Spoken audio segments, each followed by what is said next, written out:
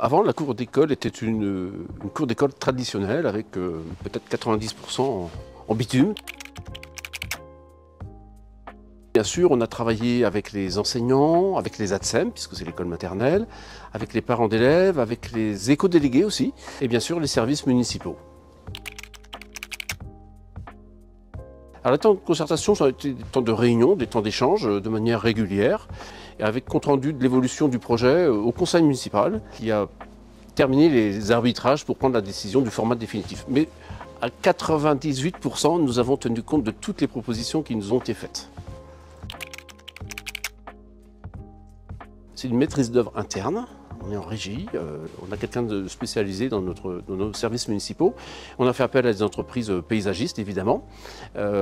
Et nous avons eu le concours de l'agence de l'eau Seine-Normandie. Il nous a permis de traiter et de finaliser toute la gestion des eaux pluviales, évidemment, puisqu'on a l'infiltration directe des versants sud et des versants nord de nos écoles élémentaires et maternelles par infiltration directe dans le sol. Alors, pendant un an, notre entreprise paysagiste assure, j'allais dire, la continuité et l'entretien. Et après, nos services municipaux l'intégreront dans leur plan de marche d'entretien, comme ils le font pour tous les autres espaces publics.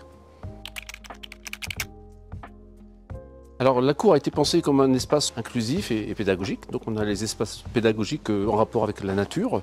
On a des plantations d'arbres fruitiers pour voir le cycle du vivant, des bacs potagers à la sortie des classes. Nous avons aussi un espace, un amphithéâtre de plein air qui permettra des temps de lecture, voir la classe dehors. Donc ça, c'est la partie, j'allais dire, espace pédagogique. Nous avons la partie terrain d'aventure parce que c'est aussi un moment récréatif malgré tout.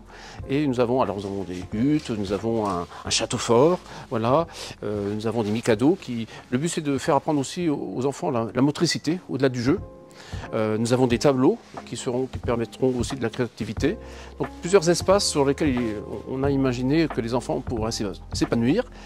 Pour les fontaines à eau, voir le cycle de l'eau, l'utilisation de l'eau, y compris pour arroser les plantes, tout simplement.